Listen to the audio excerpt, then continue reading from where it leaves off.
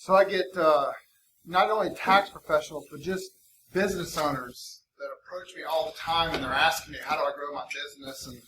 And one of the things that I learned from Dan years ago was related to positioning, and positioning meaning a lot of people use that term. They'll say the word, but they don't live it.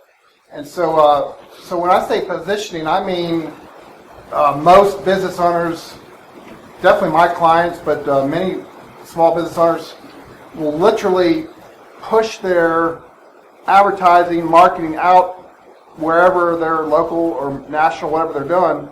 But there's a big difference between pushing it out there and the whole push and pull theory, where you're drawing them in. Your term magnetic marketing is that, but pull marketing, where you're literally drawing people in, and it's based on a positioning.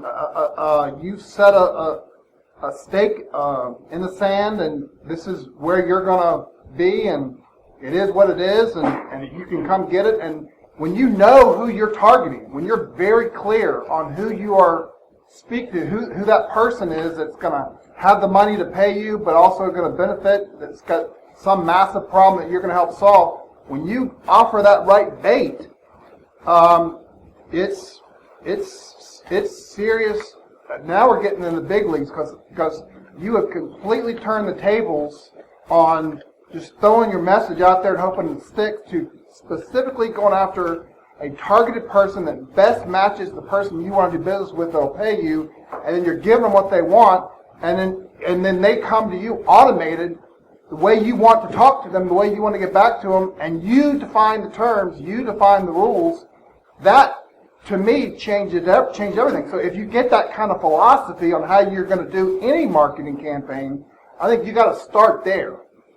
Well, several people made essentially that point in their own stories about really kind of getting clear about who they presented themselves to be and who they wanted to attract. I mean, certainly the Iron Tribe guys are a great example. I mean, you are not 24-hour fitness for anybody and anybody who wants to be fit. It's pretty clear there's a philosophical position there that somebody has to be in agreement with, in order to really be comfortable being a customer. Values, and then if you really live them out in your business, you attract people with the same core values, and the ones who don't have them are repelled.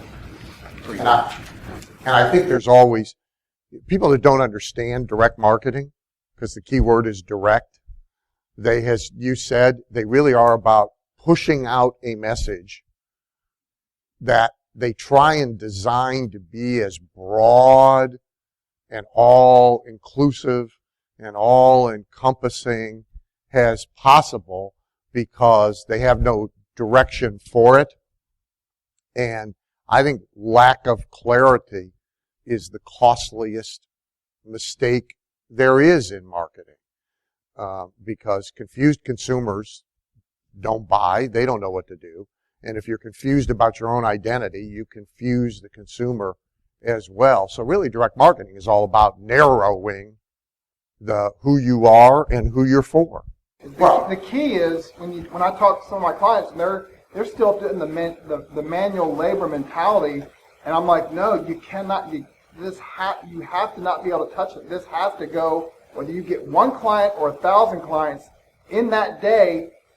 That you got to build a system for that reality, not so you can answer the question on the phone and make the sale. That's not the kind of business you want to be in. I don't care what business you're in. You can use direct marketing and leverage what you're doing and scale it up, and it completely changes the dynamics. The business is not running you anymore. You're running the business, and it's night and day difference.